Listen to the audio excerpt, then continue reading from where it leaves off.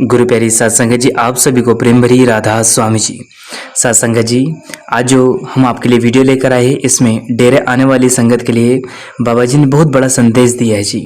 इसमें हमें पता चलेगा कि जब हम सत्संग घर जाते हैं और सत्संग सुनने बैठते हैं तो हमारा ध्यान क्या सत्संग में लगता है या नहीं लगता है। तो बाबा जी ने सभी से एक विनती की है, तो इस साखी को अंत तक जरूर सुनिएगा। तो चलिए हम चलते हैं आगे। सत्संगत जी, एक बार बाबा जी महाराज जी ने सत्संग फरमाया। उस दिन लगभग सत्संग सुनने 2 लाख के करीब संगत आई हुई थी। सत्संग फरमाने के बाद बाबा जी जब अपनी कार में बैठकर वापस जा रहे थे तो बाबा जी के साथ बैठे सेवादार भाई से हुजूर महाराज जी ने पूछा कि आज लगभग कितनी संगत सत्संग सुनने आई हुई थी। तो सेवादार भाई साहब ने एक अनुमान के मुताबिक बताया कि हुजूर महाराज जी आज लगभग 2 लाख लोगों के करीब संगत सत्संग सुनने आई हुई थी। तो बाबा जी पहले तो मुस्कुराए और फिर ये देखकर सेवादार भाई ने बाबा जी महाराज जी से पूछा कि क्या हुआ बाबा जी, आप हंस क्यों रहे हो। तो बाबा जी ने कहा, भाई तूने ठीक ठीक से हिसाब नहीं लगाया। तो सेवादार भाई साहब कहने लगे, नहीं बाबा जी, मेरा हिसाब बिल्कुल सटीक है। लगभग 2 लाख लोग आज पंडाल में सत्संग सुन रहे थे। तो हुजूर महाराज जी ने कहा, भाई मैं तो सत्संग दे रहा था, सामने ही स्टेज पर बैठा हुआ था और जो मैंने सत्संग फरमाया तब सबको देख भी रहा था। तो मुझे तो लगभग कोई 2-4 लोग ही पूरे हिसाब से सत्संग सुनते दिखाई दिए। सत्संगत जी, ये सुनकर सेवादार भाई चौंक गए और पूछने लगे कि बाबा जी, मैं आपका मतलब नहीं समझा। बाबा जी ने कहा कि आज लगभग 2 लाख संगत सत्संग सुनने जरूर आए थे, लेकिन पंडाल में सिर्फ कोई 2 से लेकर 5 लोगों का ही दिमाग सत्संग में था और उनका ध्यान सत्संग में लगा हुआ था। ये सुनकर सेवादार भाई कहने लगे, बाबा जी मैं समझ नहीं पाया कि इस बात का क्या मतलब है। तो बाबा जी ने समझाया कि बेटा 2 लाख लोग थे, लेकिन सबके सब दुनिया की सोच में लगे हुए थे। ये यूँ कह लो कि दुनिया की सैर कर रहे थे। कुछ संगत को छोड़कर किसी का भी दिमाग सत्संग सुनने में नहीं था। सत्संग पर ध्यान देने वाले बहुत कम थे। कोई अपने घर परिवार के बारे में सोच रहा था, तो कोई अपने बाल बच्चों और रिश्तेदारों के बारे में सोच रहा था, तो कोई अपने करियर के बारे में सोच रहा था। किसी को आप कह लो नींद आ रही थी, तो कोई बार बार अपनी घड़ी में समय देख रहा था कि कब सत्संग खत्म हो। देखिए यह माहौल है क्या, यहाँ पे कोई भी सत्संग सुनने आया नहीं। यहाँ कोई घर वालों की जबरदस्ती से आया है, तो कोई यहाँ डेरा देखने के उद्देश्य से या यूँ कह लो कि घूमने के लिए आया है। किसी के दिमाग में उसका व्यापार घूम रहा था, तो कोई नौकरी के बारे में सोच रहा था। ये बात बिल्कुल सही है। आए तो 2 लाख संगत ही थी, लेकिन कोई यहाँ घूमने फिरने के हिसाब से आया था, तो कोई खरीदारी करने के लिए आया हुआ था। अब जब सारी संगत पंडाल से बाहर निकलेगी तो सत्संग में क्या बताया था सब कुछ भूल जाएगी।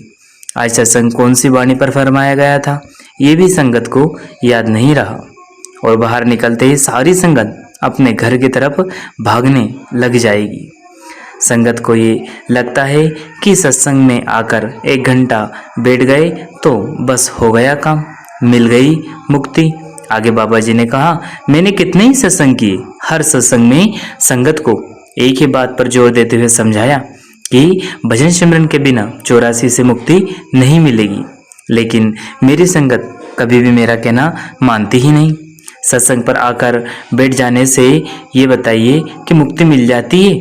नहीं, ये दुनिया आज खाली हो जाएगी। अगर सत्संग से मुक्ति मिलती तो ये दुनिया कभी की खाली हो जाती। सत्संग तो एक स्कूल की तरह है बेटा। जैसे एक बच्चे का स्कूल में भेजा जाता है, उसे दाखिला दिला जाता है।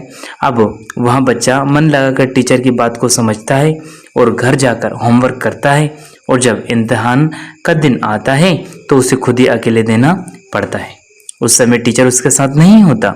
अब अगर बच्चा स्कूल में तो पूरा साल गया, लेकिन टीचर की एक बात पे भी ध्यान नहीं दिया और ना ही उन बातों को समझा और ना ही ध्यान में रखा, तो घर आकर उसका होमवर्क भी नहीं हो पाना। और जब इम्तिहान यानी कि परीक्षा का दिन आएगा तो उसने कागज पर कुछ लिखना भी नहीं, और जब कुछ लिखेगा नहीं तो फिर रिजल्ट भी फेल का आएगा। फिर से उसी क्लास में फंस कर रह जाएगा। ठीक ऐसे ही सत्संग भी एक स्कूल की तरह है। यहाँ मैं संगत को सिर्फ समझा सकता हूँ। घर जाकर होमवर्क तो संगत को खुद ही करना पड़ेगा ना।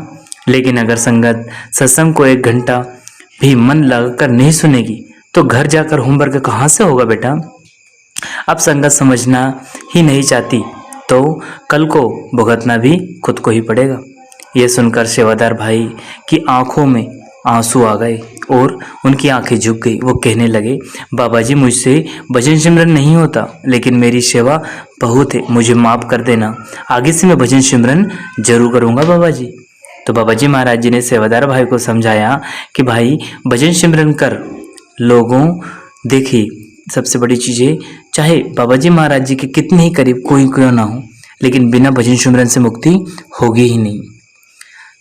आगे बाबा जी महाराज जी ने कहा कि लोगे तो तुम्हारा ही फायदा होगा, नहीं तो बार बार आते रहोगे और जाते ही रहोगे, इस 84 के जेल खाने में फंसे रहोगे। ये इंसानी जमा मालिक ने इतनी कृपा से हमें बख्शा है, पता नहीं कितने अच्छे कर्म हैं, उसके बाद हमें यह इंसान का जामा दिया है। हम इसको फालतू के कामों में यानी कि व्यर्थ के धंधों में फंसा कर खत्म कर देते हैं। इस बार ना निकल सके तो लाखों साल बाद फिर से यह मौका मिलेगा। यानी कि अगर हमने इस मनुष्य देह का इस बार इस अवसर का लाभ नहीं उठाया तो पता नहीं इस जन्म के बाद कितने जन्मों के बाद हमें मनुष्य देह मिलेगी।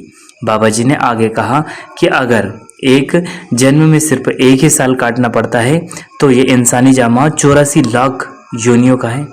सोचो, 84 लाख साल के बाद वो मालिक दोबारा देता है और हम इसको बेकार के कामों में उलझा रखते हैं। बाबा जी की ये बातें सुनकर सेवादार भाई की आंख से झरझर आंसू बहने लगे जी। उन्होंने बाबा जी से दोबारा माफ़ी मांगते हुए हर रोज़ भजन सिमरन करने का वादा किया। सासंग जी, सदगुरु का काम होता है संगत, यानी कि जो संगत होती है उन्हें सत्संग के माध्यम से हर एक के जो उलझे हुए प्रश्न हैं उनको सुलझाना और उन्हें रूहानी सफ़र पर आगे बढ़ाना। सत्संग जी और बाबा जी इतने सारे सत्संग देश भर में विदेशों में करते रहते हैं। ये किस लिए करते हैं? ताकि संगत जाग जाए और अपने रूहानी सफ़र की तैयारी कर ले। क्योंकि सत्संग एक ऐसा स्कूल है जहाँ हमें मुक्ति का जो रास्ता है वहाँ सुचारू रूप से हमें चलना सिखाते हैं। सत्संग जी बाबा जी महाराज जी की असीम कृपा है जो हम सभी के लिए यहाँ बहुत ही इम्पोर्टेंट संदेश सभी संगत से विनती करके सभी संगत के बीच में रखा है जी। तो हमें चाहिए कि जब हम सत्संग घर जाएं तो सत्संग को पूरे ध्यान से सुनें। उस समय हमें हमारे दिमाग में ना ही तो घर, रिश्तेदार, ना ही दुनिया के कामकाज और ना ही समय, ना ही नौकरी पैसा आदि इनके बारे में सोचना, बल्कि हमें सोचना है तो सिर्फ उस कुल मालिक के बारे में। क्योंकि उस कुल मालिक की असीम कृपा से हमें सत्संग मिलता है। न जाने कितने अच्छे कर्म होते हैं तब जाके हमें सत्संग घर में बैठने को मिलता है। और हुजूर महाराज जी हमेशा फरमाया करते थे, बड़े नसीब वाले होते हैं वो लोग जिन्हें सत्संग घर आने का मौका मिलता है और गुरुवाणी सुनने का मौका मिलता है। तो हम सब बड़े ही नसीब वाले जो हमें ऐसे गुरु मिले जो कुलदाता है, वो सारी कायनात के पिता है। सत्संग जी इसके साथ अपनी वाणी को विराम देते हैं। फिर मिलते हैं किसी और वीडियो में। तब तक आप जी अपना और अपनों का ध्यान रखें। अगर वीडियो पसंद आया हो तो लाइक कीजिएगा, शेयर कीजिएगा और चैनल को सब्सक्राइब करके बेल आइकन को प्रेस कर ले, जिससे कि आपको ऐसी साखियाँ मिलती रहे जी। अंत में आप सभी